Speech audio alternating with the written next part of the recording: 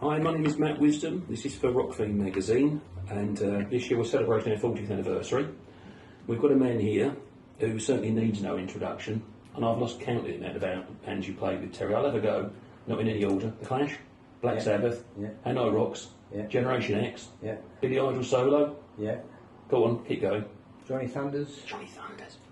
Cherry Bombs. Dick Goddard, Subway Sect. I can't remember. Probably a few others. There's quite a few others, yeah. And we said, didn't we, over the phone, that today, rather than being here all day, and for the sake of our magazine as well, we're just going to talk about Black Sabbath.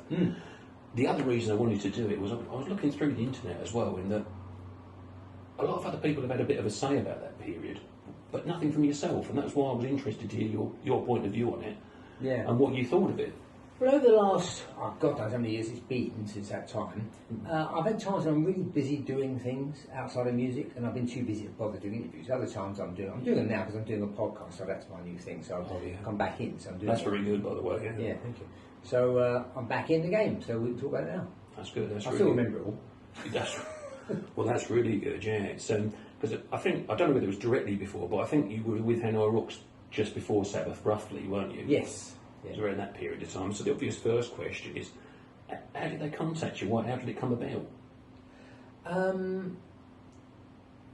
Joining Sabbath, you mean? Yeah. My manager, Richard Bishop, he managed Hanoi Rocks and then Cherry Bombs, which we were with as well. And he called me up and said, look, Sabbath needs a new drummer, and they're looking for someone that's sort of play hard rock, which obviously you can do, that's quite experienced, preferably English, and who's not afraid of playing in big stadiums, because some people freak out, they've got a big audience, and they can learn songs that they're not going to get drunk or out of on drugs. And he said, and you're the only person I can think of that answers that description. So I said, all right, put me in there. So they came back and said, okay, can you learn 2 songs? I think one was Neon Nights, I forget the other one, but anyway, so he said, you learn those 2 songs and turn up at this place on such and such a day. So I have no problem. So I thought, I've actually auditioned lots of people, and a lot of them do. It's really odd, but they want to be in the music business, they want to be successful, so you tell them learn these 2 songs, they'll turn up, they'll play the one song, say, I've listened to the other one, but I haven't quite worked it out yet, or I haven't got round to working out the chords, and thinking, why are you here, what are you doing? You know, so I went the other way. I thought, I know what it feels like to have that frustration, so I went the other way. So I phoned up a young guy who I was teaching to play drums at the time. He was a Sabbath nut. So I said, what albums have you got with Black Sabbath? He says, I've got all of them. There's loads of them. I said, well, can you bring them round for me? He said, yeah, why? I said, I'm going to do auditioning for them. He went, oh my God, he was like freaking out. I said, okay, I'll come round now. And I said, well, bring the live album. There's an album. He said, yeah, there's a live album. Bring the latest album. Yeah, I've got that. And maybe their greatest hits or something. So I'll get a good balance. So I brought them round, and I sat down and learned the entire live album, because I figured that's probably the songs they'll play. Most of the new album, and a couple of ones from the greatest hits. So I learned them all, and I just sat there in my drum. I had a soundproof drum already, played round again and again, get really good. So when I went to the audition, they said, have you learned this, Neon Nights? I said, yeah, I've learned it. I said, okay, let's play it. Bosch played it, good, that's great. Have you learned the other one? I said, yeah, I played that one. And they said, do you know the other? I said, well, I know your live album, I know the new album. I went, oh. And they looked at each other and said, no one's ever said that before. So, okay, we'll play the new single of the live album, of the new album. Fine, did another couple of songs. And then they had a little break, and so Tony Omi called me aside and said, look, do you want this job? I said, yeah, I want to join the band. He said, have you got a passport? Yeah. Can you go anytime? I said, go anytime, blah, blah, blah. I want to do it. I said, okay. So I went back to the manager and said, call all the other drummers and cancel them, because we found someone. So I thought, that's it. That vindicates my crazy idea of just learn bloody well everything and just make it easy. That was a sensible idea. It was a very good idea. And from what you said from the albums, you picked it just right, because the set list at that time was really, sort of, shall we say, a third Dio, a third Aussie, and a third the new stuff, really, roughly speaking. Yeah. Roughly. But what I was going to say as well is that there's also, I would say, some confusion. There were people going in and out at the time in a way beforehand. I know Bevan was there for a while, obviously from ELO, and what have you, been in Sabbath before. Eric Singer was there just before you as well. And I know Geezer Butler, bass player, was there for a little while and then left. They had a gig and it was cancelled.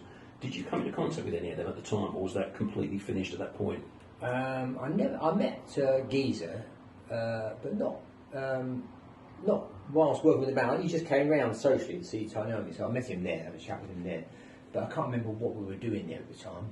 I know. I remember his reason. It said his reason was that it was the management complication, because Tony touched on that a lot afterwards, and that was Geezer was in initially, and he said, "Oh, this looks too messy," and that's the story. Yeah, it was a bit haphazard, the management. Yeah. The funny thing was, the management was all over the place, but the band itself, they said, "Look, we always turn up on time. We don't sod about saying the others in the van. Yeah, we're leaving at 8:30. We're going to leave at 8:30, and we always go on stage sober." I thought, "Oh, thank God." Yeah. What a relief. So that was great. No, so you're probably thinking, are they going to be having a drink all the time? Is it going to go crazy, probably, to a point? I remember when the first gig, I went to the bar, and the guy knew who we were, and I said, he said, "Right, I know you are, I'm ready for you. What do you want?" We said, "Can I have 5 Perriers, please?" Oh. That's a joke, isn't it? What do you really want? I said, "No, actually, you want 5 Perriers," because they all give up drinking. We all give up drinking by then, so... Oh, that's great, yeah. That reminds me of a story from that big Rock in Rio festival in the mid-80s. Around that time, they'd segregated all the hard rock people in one hotel and put all the soul people in another hotel, and the mayhem was in the soul end. The rock guys were doing, really calm and keeping it together, so that's a similar sort of story, really. Yeah, my brother always played with orchestras, and sometimes the orchestras would rip up the place. I think they'd be all staid and very posh, and the rock guys have done it so many times they can't be bothered anymore. By that point, you're right, actually gone through the 70s and all that, I suppose it is, really. But I know you had, I think you did about, what was it, 20 dates with Sabbath? I know you did Germany, Italy. Yeah, we went to Europe, and we were going to go to, I think, Yugoslavia or somewhere around there, but that got cancelled because they started talking about paying us in Russian cars or something. With all really? A bit dodgy. God. Yeah. That's really worrying. Really, yeah.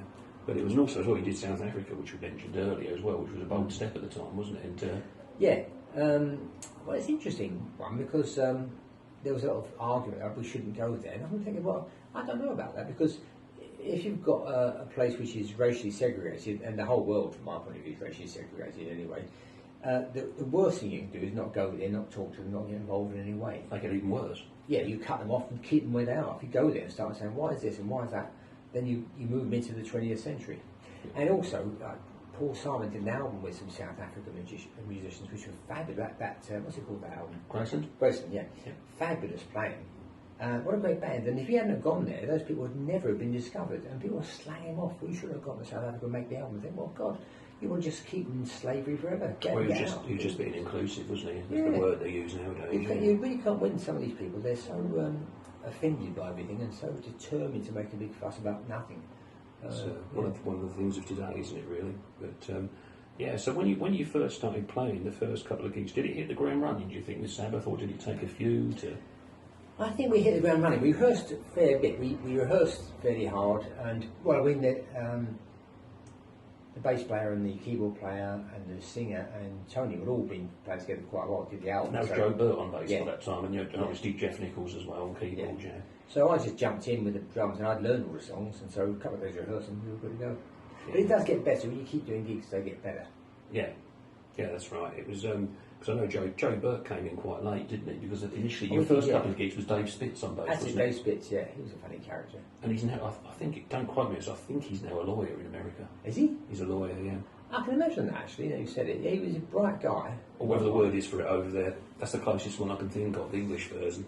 But I think that's what he's doing. Oh, that's interesting. I didn't know that. No, he's not actually resurfaced, and it's been quite a while anyone's heard anything from him on the music front. He's a great bass player, but I suppose after 30 years of doing it, you think I've had enough. Some people do, yeah. Some people think they've been round the block and achieved what they wanted to, and it's repeating itself, isn't it, sometimes? Yeah, because I think when I was like 16, looking at like, I don't know, the Rolling Stones or something, I'm thinking to myself, that's got to be the best job in the world. It must be, mustn't it?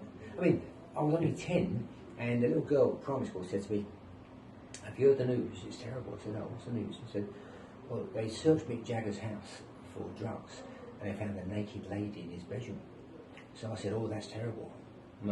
Mental note to self. You thought, that's it. This is the career I need. That's it. Well, they've got a good heads up early on there, then, yeah. So, but I always wanted to also go to medicine because I felt drawn very strongly that way. So I was always torn in two. But I thought, well, if you're going to do those two things, you've got to go for the music first. You can't go training in universities and start healing people and then suddenly pull out of that. It won't work. So I thought I'd do the music for a year, make a fortune, have fun, and then go back to college. But it took 15 years actually.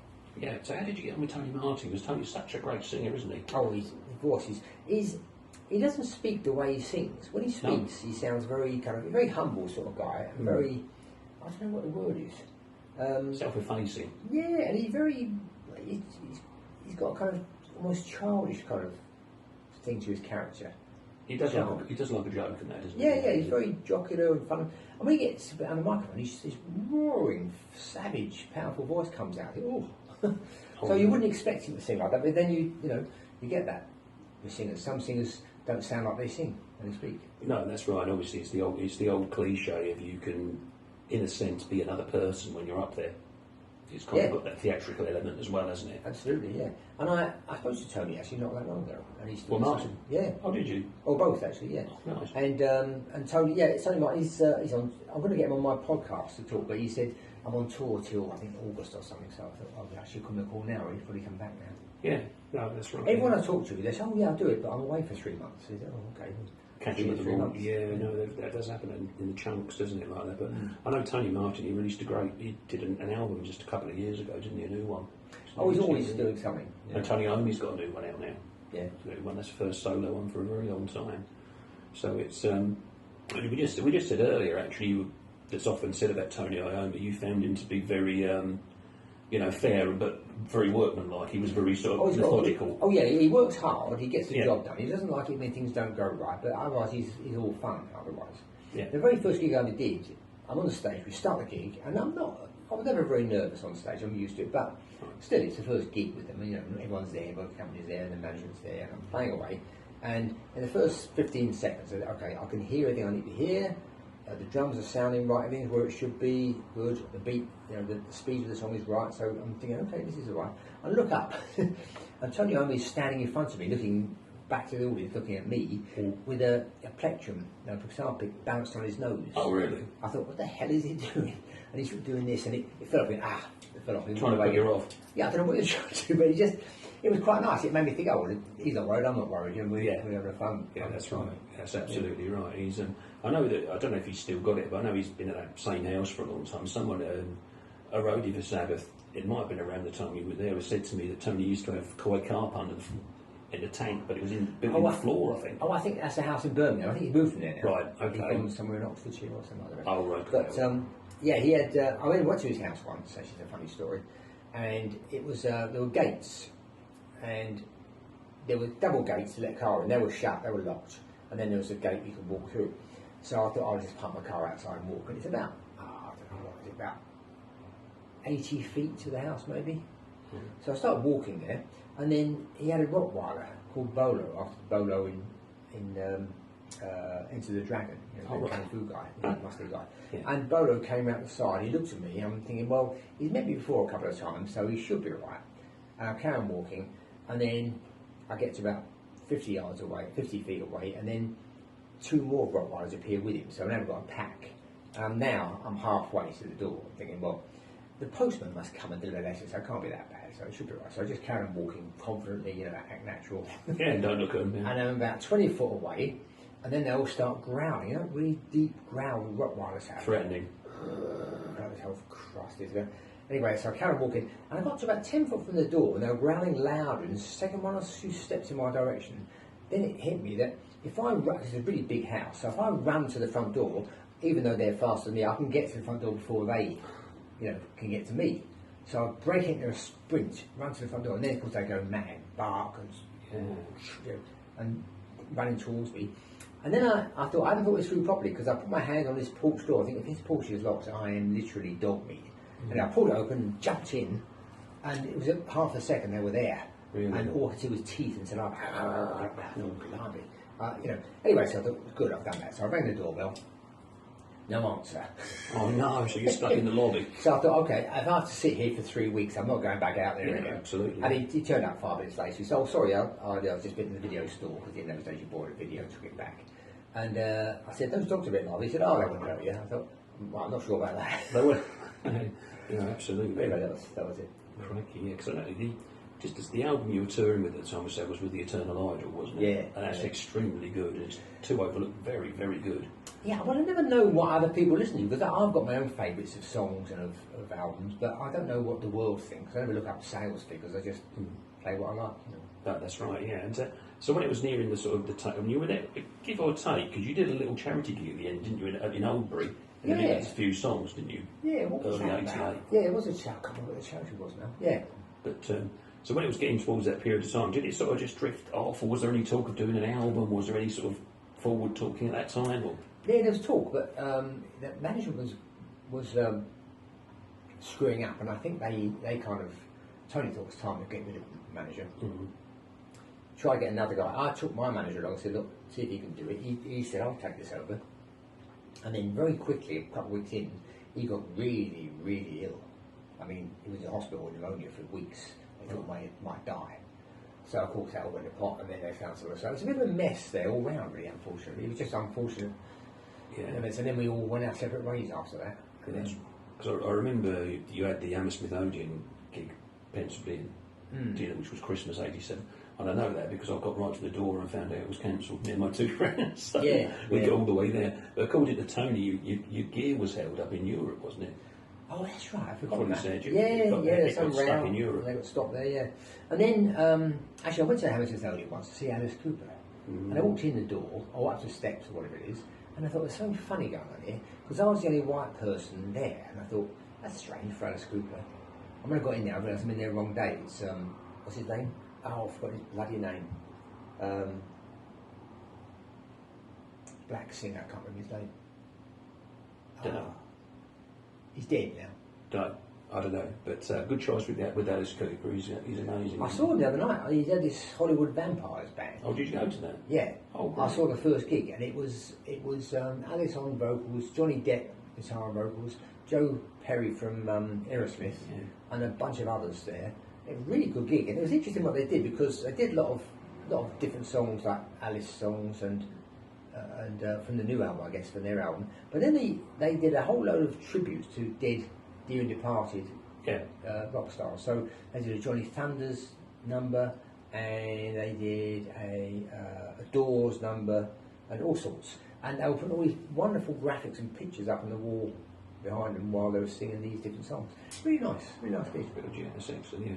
And the other thing I was thinking was a bit of sort of an anarchy question, because it wasn't that many dates, obviously, but do you remember any merch being produced for those any of the gigs at all? Because I think I've seen a couple, but I'm not sure, like T-shirts and stuff like that. I'm pretty sure I saw one with a great big logo on the front. Whether or not I've imagined that over the years, I don't know. Yeah. If you saw any.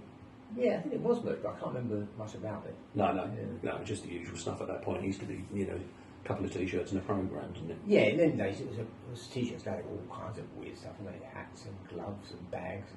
They've long since realised that anything will sell, more or less. There's a market for nearly anything now, particularly with the internet. So that's it really. And so the sort of tail end with Sabbath, then, did it just sort of quieten down and it just drifted, and then you didn't hear anything, or was it?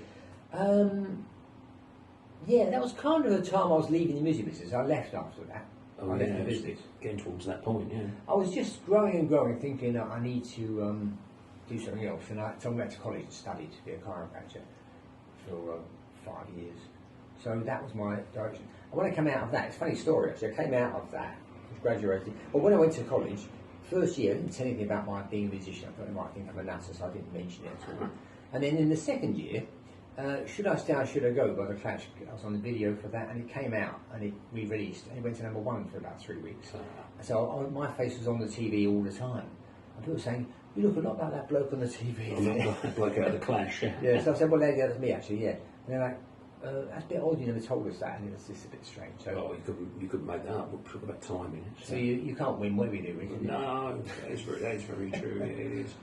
But yeah, well, that's more or less it. I think we've covered it. It's good to hear your point of view. It's great to hear it at long last. And it's a mysterious period of time. Well, I've got my book, and that's The Strange Case of Dr. Terry and Mr. Chimes, and it's all in there, this type of stuff. Oh, you've got a bit in there as well? Yeah, like I've got a chapter on The Clash first time round, then chapter on The Clash second time round, chapter on Black Sabbath and Hannah Rocks, yeah, all sorts. Fantastic. All right. Well, look, thanks very much for doing it, Terry. It's Anyway, really appreciated. Thank you very much, sir. Okay. Thank you, Good sir. to see you. Thank you. Cheers.